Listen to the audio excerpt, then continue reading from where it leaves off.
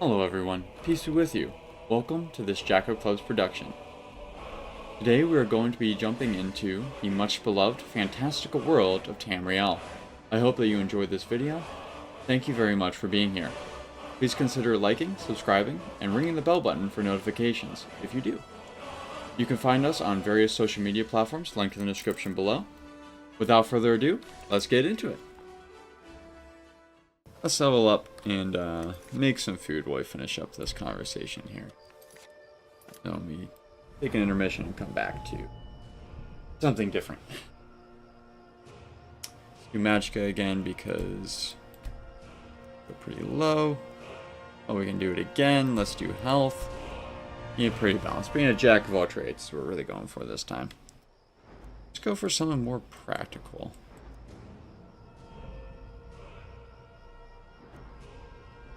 Thinking smithing.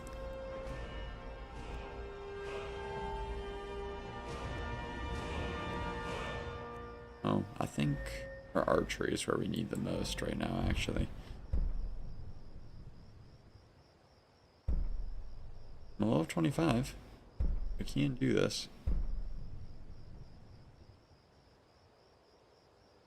Okay, that probably helped me. Wait. Oh, it requires 30, my bad. Both do. See if this one does. Oh, I can take it again. Alright. Well, I can't use it. Well, we'll pretend that we are. Sit here by the fire. Good view of the world of Skyrim. Sit back and finish this up. Bit.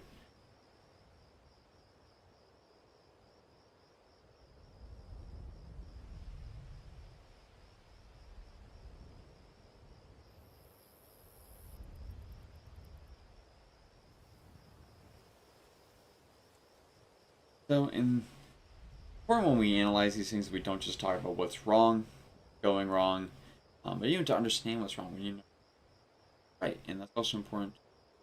Having a positive mentality for humanity in general, to we work better when we're looking to make something happen, to build something, and are as we go, finding the faults, finding the things that challenge us to do that. And merely relying on our senses to, without having that, pick up on what is going wrong in series like Star Wars, for example. I think the Acclaimed is a big example. Rings of Power, especially because it allows us to have a broader context, broader understanding of why we feel like it's wrong, if we know what is right in the first place. I think that's something that some people weirdly struggle with more, which when you think about it doesn't really make much sense, right? Because I feel like it's wrong for a reason. And wrong, that means it's a violation of something. But not a lot of people know what those things are.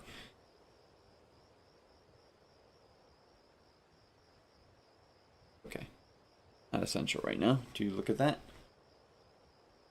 So that's kind of where people like Jung, especially in Freud, come into play. Freud less so. Freud is, especially in the modern world, is less used. There's some serious flaws in his view of the human person, especially when it comes to dealing with emotions, not appreciating as much modern psychologists and even some of his contemporaries like Jung, who we'll get to in a moment, were able to, didn't really have a good grasp on the fact that people can put emotions into other things than on their original form. And it's even a flaw that isn't quite accounted for in steam engine perspective of the human experience, because what makes a steam engine go is the conversion of something from one state into another, and we can do that with our emotions. But what he did get right was some elements of the kind of forces that exist within one's mind, but that doesn't work as well without his base for that wasn't quite as good as Jung's was. Jung had a very good base, supported a lot of good extremities. That's how most psychologists, I think most people, when they hear it, can appreciate it as intuitive.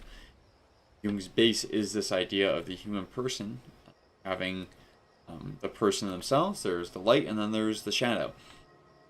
the human person is the metaphor, the representation of, well, a person, someone who is wholly themselves, but also not able to fully process who they are at any given moment. They have unknowns as to who they are. They have things affecting them that are making things not as readily available to their minds. They can't fully bring everything into the moral calculation in some cases, or any other, the philosophical calculation of what is their place in the world, what does life mean. There are things that inhibit that, and that's part of the human experience. And anything that doesn't quite make it through that ends up becoming the shadow. That is the subconscious parts of ourselves. And a lot of people, when they think of the shadow, automatically kind of a negative tone to it, as opposed to seeing sort of like a yin and yang sort of. What he was more getting at is that it's not always a bad thing. We have shadows for a reason. Part of what makes life a moral experience, morally diverse experience, what enables the ability for mankind to have a moral journey, is the fact that we are not wholly ourselves at any one moment. We can encounter new stimuli and change. And part of how we do that is the fact that light exists on the other side. There is a true meaning of who we are. And even though we can't process it all those things are still there, right? So if you took away all, the tiredness, the fatigue, the other things weighing on someone's mind, there would be a definitive form of who that person is. Everything would lock together. Everything that is in the subconscious mind would process through, and people would come to conclusions about how they really feel about something, for example, that they know how they feel about. All those things would click in, and you'd have a full view of the person. But since we can't process all of that, they're racist opposites end of the spectrum, the shadow. I think that does a pretty good job of explaining it. So there's kind of the true you in the final calculation. There's the you of the moment, and then there's the you that's not being fully processed. And the one we identify as the us of the moment, because that's the one with agency. That is the one that all of those things exist. They have a form. They have the stillness component. But they don't have the active component. In another word, connection versus agency. The big thing in psychology, especially when it comes to men and women, which one they place more, get more out of engaging with the world, or processing the world, deepening their appreciation of it. What Freud brought to the table on the other end of the spectrum is kind of these other voices like conscience, and other voices like temptation, representations of both things in the physical world and things that transcend the physical world. He wasn't a believer himself in that, but that easily fits into that perspective, the idea of kind of a good angel and a bad angel on either shoulder. And those are other forces that are constantly affecting that human experience, and that includes, like we said, the physical world. That's how we sort of bleed into the messaging, right? Is that the things that we surround ourselves with will have an effect on both that shadow and the final end conclusion, right? So if something goes into our shadow, we have managed to put it out of our minds for a moment, but the human being the brain is a muscle. It has fatigue. Eventually those things are going to have to click in. And so we are ultimately subject to those. They will have an effect on how we view the world, the kind of actions we'll take. Then they'll surprise us. We'll do something we weren't expecting to do, because they've been brewing in the back of our minds for a long time, and they just finally clicked in. Like, oh, if this is what I really believe, then this is what I really ought to do.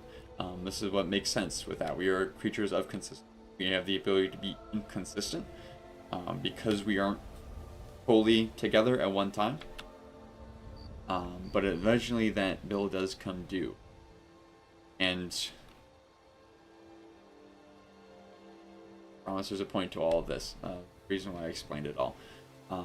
Well, yes, in the end we want to be where that light is. The Christian view of the world is that there is both, to a sense, a light within. There's a seat, and then there's the light without, the sun, and that is God himself. And not only is there a need to bring that light into the shadow to transform both the human, the whole human experience in conformity with the light. There's also a force on the inside that's reaching out and trying to meet them. And so to truly come to the fullest experience of what it means to be a good and fully complete person, one needs to explore both. One needs to explore both what is on the outside and what is on the inside. So where does media come into play in that? And how does it affect how we process things? Well, Jung pointed out, as we talked about earlier, that we need time to both be interacting with the world and to be still. And in that stillness, we're able to process and do. And in the activity, we're able to intake, think of how you eat versus digestion. And so there are going to be games and media that serve to digest and games that serve to feed us. People will interact with those in a different way, and they both have a sort of value to them. It's not if Star Wars had started out as something where something that was an overtly preachy text, like it had a clear message, and it does actually. To be fair, we'll get back to that. I would respect that. It's that the author that has a right to convey that, because at the end of the day, we at least hope that we can sort of get something right. We can come to a conclusion. We don't have to have total openness. And it's an impossible part of the human experience, right? We can't fully integrate our shadows in life, or at least only for brief moments. And so that means there's always going to need to be bones that hold us up, things we don't cautiously think about, messages that are just there holding a piece of work together. Things about views on what matters in life and why life exists. So it's important when in consuming, respect the fact that it is an expression of the person who is making it. On the flip side, that person is also making someone else to enjoy, and they also need to create opportunities, like Skyrim has spaces for you to process those things.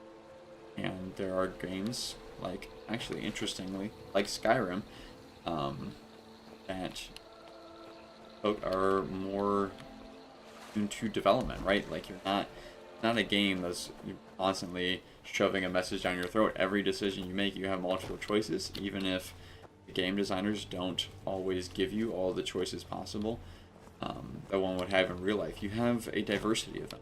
You have time to sit and think those things through. And those things affect the way that we encounter those things, the real life situations we come into. We think back to those moments, lead into that shadow, both in the conscious and subconscious mind. Back, help us later. So where does it fall into play? I think that the answer is that there is value to both. That there needs to be both for society to be healthy. And that it is, like we were talking about earlier, it is important for someone who creates a piece of media that, because humans are creatures of sentiment and we need those bones to stay alive. We need to know that when we go to watch something, go to a space that has been somewhere where we, for lack of a better word, have a safe space of sorts, and just think through the things that are weighing heavily on our hearts and minds. If you change that on, you may somewhat, you may have the right to do that as an author, but it doesn't mean you have the right to demand them to appreciate it, because you have changed the value of the piece of work. One of the disgusting, it's called legitimately disgusting trend modern entertainment is things like The Acolyte, where the actor outright criticizes the audience for not being able to appreciate the work, which is just a disingenuous way to engage with your audience. Humans are not, you can't always expect them to view things the way that you do.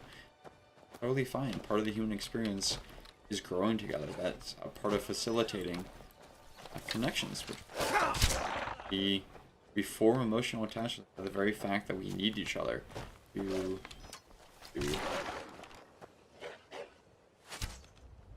run along the way. Like we are right here watching Skyrim. So can there be too much messaging media? Of course there can. There can be a violation of that sacred intimacy. that exists between well, two people. All right.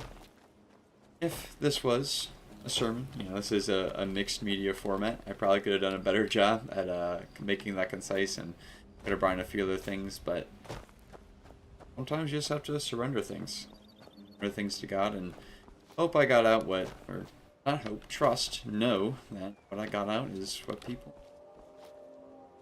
positive impact on people's lives. And like we were just talking about, people grow, and so will I. I'm new to this whole streaming thing.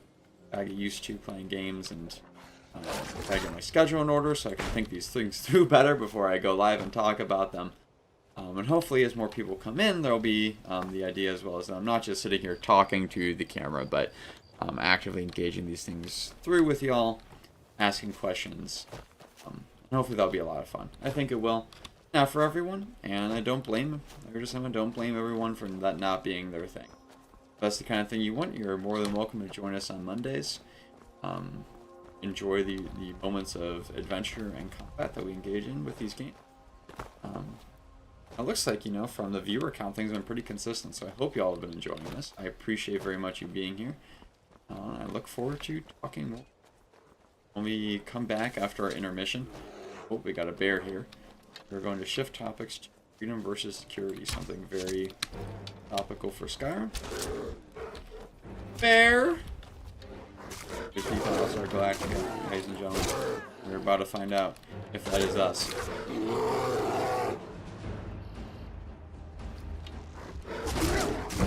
Oh dear. We may indeed be Battlestar Galactica. Apparently we are. Not a bad thing to be. At least I thought the remake was pretty good. Talk about a very topical, is a controversial decision in there to make Starbuck a girl. Not everyone liked that because there is something intrinsic to being a man, and there are things that there are scientifically proven differences in how the chemicals in our body affect the ways that we think. There are differences in the way brains are structured. So Starbuck is going to be a different person in a reboot if he's made into a girl. It's not a bad thing. Not all differences are bad. Most differences are quite good, actually. If not all of them. They at least all have a good side to them. But that was controversial because there are people to whom Starbuck was a hero. But there's also something to be said in their defense about the fact that in years since the first thing came out, they are engaging with a new audience, and there are things, virtues, and ideas attached to the character of Starbuck that they wanted the audience to be able to appreciate and more deeply. So that's something to diligently think through when you're creating a piece of media. Gauge what your audience is going to want, how they're going to react to it, how much you respect that. Most common solution is to just make another character. I think that's what most people would go with, because that allows for the preservation of what, when someone comes back all these years later, after the initial media was created and re-engages with it, the investment they made as a kid, the time they put into that series, they get that back. It pays off. They don't feel like a part of that investment depreciated in value, but it's get there because form has been substantially changed. I think that's what they probably should have done in that case, but also there are times where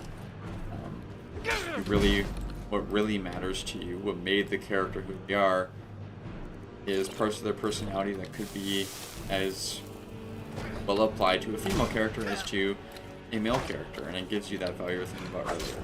So it's not a totally black and white thing. I think the Starbuck one, at least for me, wasn't too bad. I felt like it was fine, especially because I can still go back and appreciate the old thing. That doesn't mean that's what they and it probably would have been a worse experience if they tried to shoot in another female character that was so similar to Starbuck that we could still get that experience. But I think the way to go about that, at least when you're author creating a piece of, at least call it like an alternate universe. Which they kind of did, to be fair. They did not phrase this as a total, just the same show with a visual upgrade, for example. The lines are going to be different, the characters are going to be different. And that's why I think that most people don't think of that as egregious. Think about other things. Alright. Now it's time for intermission. We died there. I did want to kill the bear. Let's see if we can still kill it before we move on. And then we'll take a brief intermission. We can go to the bathroom. Hopefully people will take the opportunity to grab some food, something to drink, and think through how I can go through the next discussion topic a little bit more engaging and fun way. And we'll go from there. Yep, the bear is still here, so... Yep. Do a service to the people of Skyrim. He's just a little bit too close to the road for comfort. Sorry, I love bears. Probably my favorite wild animal, to be honest. But we're gonna do what we gotta do. If we can actually pull it off, that is. Angry. Discussion topic for another time. The ethics of taking animal life. Veganism, all sorts of things. I'm sure there'll be a game that, or a moment that particularly leans to that. Yeah, another big thing on the whole conciseness thing is making those big discussion topics smaller so that, or more briefly stated, I should say, so that I can elaborate more when we come across something in the game that has a visual we can connect to it. Well, this is so sad. I want to... deserves to have died on his feet. Nothing wrong. Just the way it needed to be. Alright, there he goes. More respect for the bear. Fairness, the bear is not capable of having committed injustices against the world. Alright. So, right outside the gates of Iverstead, that is a good place for us to call our break. What a great video that was. Hope you'll consider checking out our various other accounts in the description below. We put out uplifting content 7 days a week. Thank you very much for watching. I really hope that you enjoyed it. There's a lot more awesome content on the way. May you be there to see it. May God bless and keep you, and may we all live in eternal communion.